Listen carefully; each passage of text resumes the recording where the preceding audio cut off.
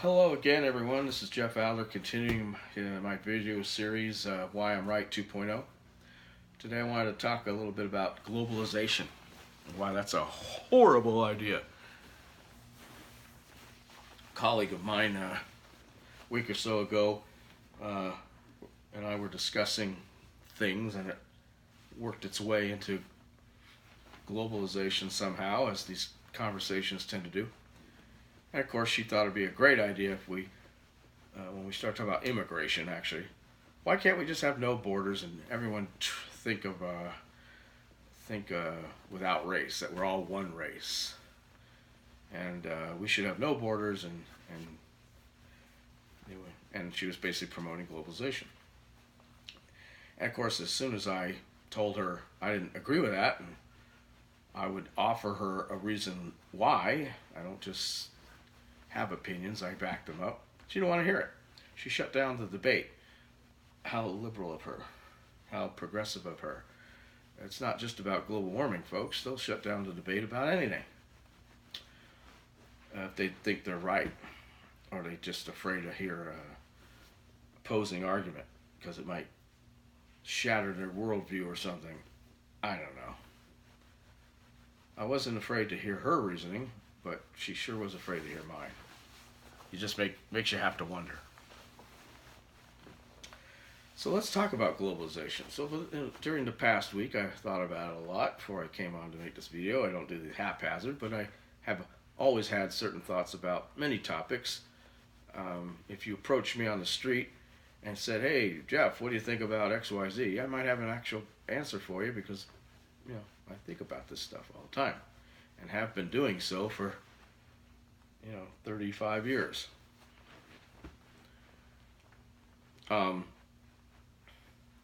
Eventually, I believe, and always have really, that eventually the human race will become much more unified. We've gone to a point. It's kind of funny. History repeats itself. We all start out as one race, and in one place on Earth, probably Africa. And then over the millennia, maybe in hundreds of thousands of years, we spread out across the globe. Our skin color changed. We created cultures and nations and civilizations that are different, disparate, often antithetical to each other. And we start looking alike differently, talking differently, acting differently. And we had to deal with all that. And the world was big. And we didn't even know about these cultures on the other side of the globe, and didn't even know they existed. And then once we did, they were exotic, and they were weird, and they were different, and we just didn't tolerate stuff like that. And then the world got smaller because of exploration, because of pioneering, the rest. And smaller and smaller and smaller. Now we can go anywhere, communicate with anybody, bring almost any country up to the present, up to the knowledge of everything else going on. There's only a few places on Earth where people are truly isolated from either technology or current events or what have you. And we became much smaller. And as we're now going back in the other way, we were getting bigger, and now we're coming back and getting smaller. I think we're going to be naturally and organically less inclined to consider ourselves different. And racism and the destruction of the idea of racism is one of the first major steps towards that. But it has to come naturally. And we'll get into that a little later. But along with that, people are starting to interbreed. They're marrying and having children, mixed races, and mixed cultures, and all that, more and more and more. And I think that's great, and it's natural, and that's just inevitable. And it might happen, thousands and thousands of years from now, perhaps, that we go back full circle, where we were once one similar-looking, acting, thinking group of people in West Africa hundreds of thousands of years ago. spread out, and we come back again to once again become one similar, more similar looking people because of the interbreeding of races. We'll all look more similar, and the nations will come together and dissolve organically and become one world. And we'll be right back where we started, but instead of in a little spot in Africa, we'll be one globally. I do believe this is inevitable, but these things take time. They take their course. And every time something like that someone tries to rush it, problems occur. Every time. And we know liberals and progressives, they're impatient. They like to tinker. They're never happy. They're never satisfied. It's never enough. And it's never happening fast enough for them. So they experiment. Social engineering. Forcing you to tolerate and accept and promote and integrate their ideas into the culture. They're constantly fiddling with everything they touch and ruining it, not improving it, 9 times out of 10. Because A, they don't know what they're doing, and B, more importantly, they're doing it unnaturally instead of letting nature take its course. The minds and hearts of men, when it comes to things like racism or bigotry, cannot be forced out of them. It has to occur organically. It has to occur by showing and proving over time that such ideas are crap. And you can't force that because people get their back up. Again, it's the lack of understanding about human nature that makes liberals and progressives fail. That's why utopia will never work. It's because they don't understand and it doesn't take into account human nature. People get their backs up when you tell them they can't do something or they have to think a certain way. In fact, it in many people causes the equal opposite reaction from what you want, making it take longer for them to come around. So rushing things and forcing things and making things legal that people don't agree with, or making laws and amendments, for instance, in our case, that most people disagree with, not the way to handle it. But they can't help themselves, can they, folks? Well, globalization is no different. Now, on the outside, if you ask a person like my colleague, what's the point of it? They'd have this kumbaya answer about all the races getting along and becoming one, and we just think of ourselves as one human race, and what do we need borders for all that for? And it's like, okay, it's a nice thought, not practical.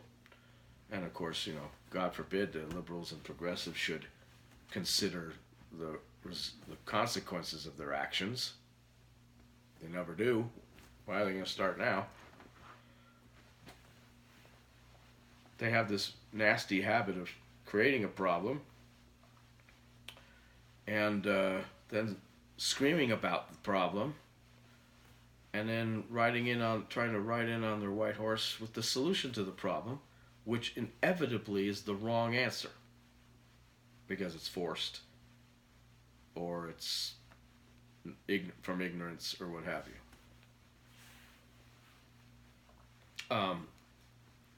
But that's, the kumbaya answer, the politically correct answer if we're all one race is nice to listen to. It's warm and fuzzy. It might it might be something that people gravitate to, but it's not the real reason. Remember, we're talking about liberals and progressives. There's always an ulterior motive. And what would that possibly be? Well, what is the ulterior motive of pretty much anybody that's elected or in charge of anything? Human nature, folks. Once you have power, you want to keep it. And this is true for right-wingers and politicians as well as left-wing politicians. It's It's not exclusive to the left, although they're worse at it, maybe, more corrupt about it, they're more in your face about it, but there's plenty of right-wing politicians who are in it just for the power, who I would sweep away my hand if I could in a second. The corrupting force of power is something that's constant. But politicians and left-wingers and whatnot who seek power and want to keep it is a common thing for anybody in charge of anything. Unless they just hate that job, which is like, why are you doing it if you hate it? And it's no different in globalization, folks. The real reason is it's a bunch of people who want to be put in charge of something important or big, and then they want to keep that power. So now, this is now we're talking globally. Now think of this in the past. Every time you've ever seen a movie or an historical event or learned about some, evil dude in the past whose ultimate goal seemed to be conquering, empire growing, or global domination, it was always a bad thing. It's always had an evil connotation to it. We always seem to want to stop such people, whether it was Attila the Hun or the Roman Empire or Hitler or whoever it might have been. And they all went about this a different way. But at the end of the day, we assigned some evil connotation to these people. They're power mad, global domination type of folks that we always just want to decide that was bad and we're going to stop it. So what the hell's the difference? If you have a world that's global, if we succeed in this globalization today, who's going to be in charge of it? Someone's got to be in charge of it. Otherwise you have chaos. Well, the liberals are going to say, well, globalization is our idea. We should be in charge of it. Oh, there's a shock. Really? Another bunch of liberals who want more power. The United States isn't enough for them. Remember, it's never enough with liberals. It's never enough. So, today the United States, tomorrow the world. They want to be in charge of the world. That's what globalization is truly about. They want to be in charge. They want to run the world. And they want to turn it into this left-wing paradise utopia that they've failed time and time again, going back centuries in trying to accomplish. It's not enough that communism fails everywhere it's tried, that it's caused the deaths of 120 million people in the last century. It's not enough that socialism fails everywhere it's tried, and every time it doesn't fail, it's simply because they have not bought into true socialism or have had to adopt free enterprise or free markets or capitalism to some degree. It's not enough that they've tried to screw with this country and mess it up. Now they have to go and do it globally. Power mad, all of them, every last one of them. That's the real reason. Now they have ulterior motives all over the place, but where does this ulterior motive come from? This particular one.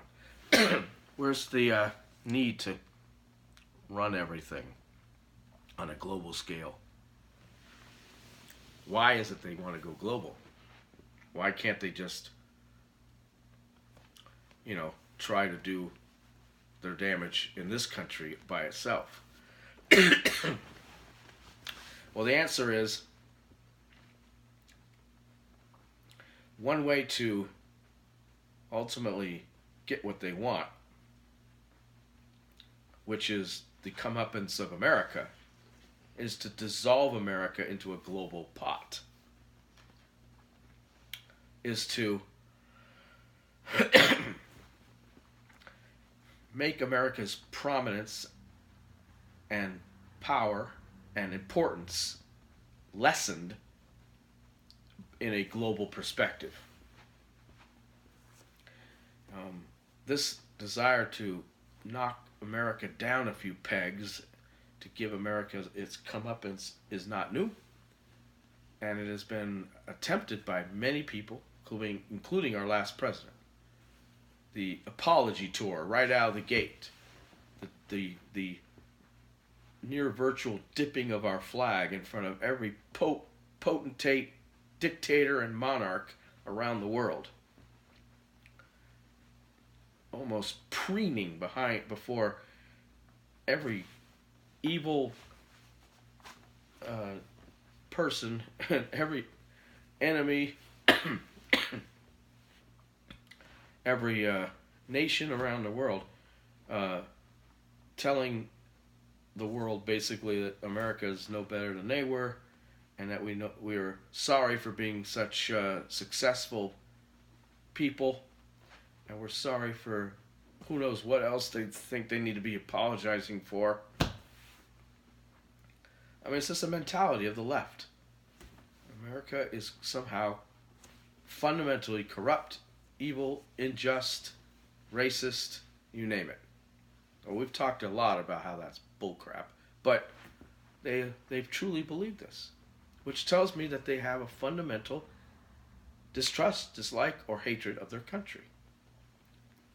You cannot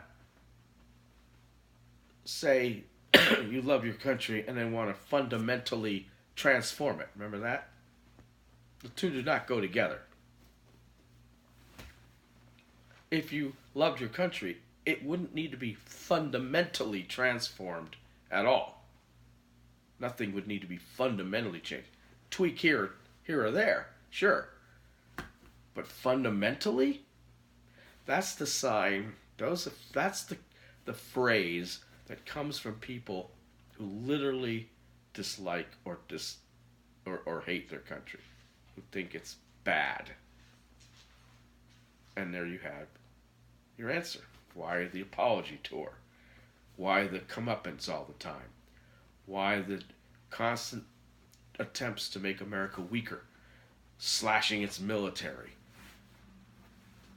destroying its economy, doubling its debt, and on and on and on. Constant signs of discord, burning of flags, kneeling at national anthems. It's all connected. It all comes from mentality that the United States is not, in their eyes, any longer worth their attention, their patriotism, their love. And they need to do something about it. And they've been trying to do something about it for decades. And they haven't been very successful, except half the country is sympathetic or agrees, and half the country disagrees or is virulently against what they're trying to do. And they become, of course, made everything more divisive. Now you have not just black versus white and rich versus poor. You have patriotic versus unpatriotic. So, in the next part, we'll talk about why this anti-Americanism, this hatred of America, has played into the globalist theory and thinking, and why globalism itself is not a great idea. We'll see you on the other side. Bye-bye.